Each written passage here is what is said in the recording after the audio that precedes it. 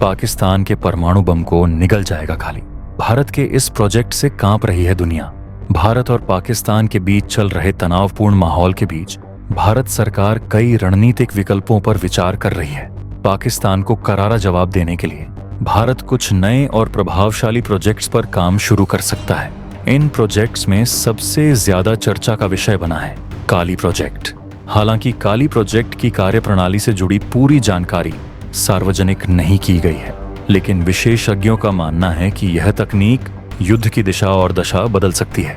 भारत के अलावा पाकिस्तान और चीन भी इस प्रोजेक्ट की जानकारी रखते हैं। इसका कारण है 7 अप्रैल 2012 की वह घटना जब भारत के इसी प्रोजेक्ट से जुड़ी एक कार्रवाई में पाकिस्तान के कुछ सैनिक मारे गए थे। 7 अप्रैल 2012 को सियाचिन ग्लेशियर के पास गैरी क्षेत्र में एक भीषण हिमस्खलन हुआ था।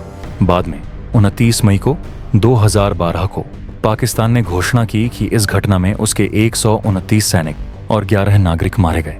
पाकिस्तान का आरोप था कि यह हिमस्खलन भारत की काली परियोजना की वजह से हुआ। उनके अनुसार इस परियोजना से निकली गर्मी के कारण ग्लेशियर पिघल गया, जिससे यह भयावह घटना घटी। काली कलाइस वास्तव में एक लीनियर इलेक्ट्रॉन एक्सीलरेटर है जो अत्यधिक शक्तिशाली इलेक्ट्रॉन बीम उत्सर्जित करता है। यह बीम पारंपरिक लेजर बीम से भिन्न होती है। लेजर जहां लक्ष्य में छेद करके नुकसान पहुंचाता है, वहीं काली की बीम दुश्मन के इलेक्ट्रॉनिक सिस्टम को नष्ट कर देती है। यह प्रणाली दुश्मन के टैंक, लड़ाकू विमान, मिसाइल और नौसैनिक जहाजों को चंद पलों में निष्क्रिय कर सकती है। इस प्रोजेक्ट की शुरुआत काफी पहले हुई थी और यह लगातार अपडेट होता रहा है। अब तक इसके कई संस्करण आ चुके हैं।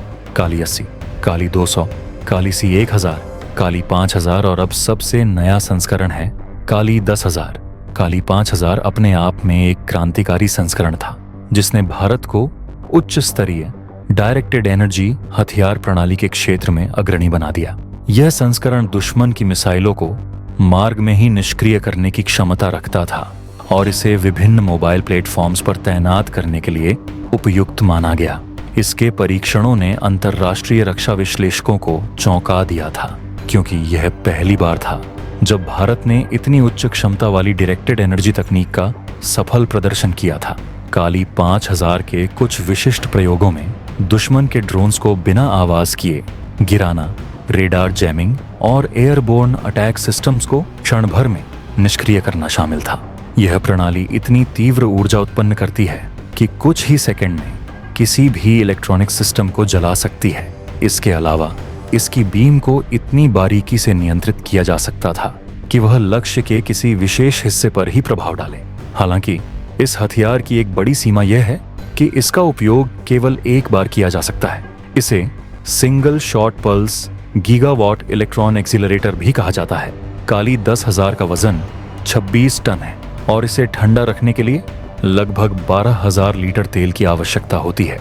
इसकी रिचार्जिंग में भी काफी समय लगता है, फिर भी इसकी ताकत कम नहीं है। यह हथियार मात्र 100 मिलीसेकंड में 40 गीगावाट तक ऊर्जा उत्पन्न करने की क्षमता रखता है।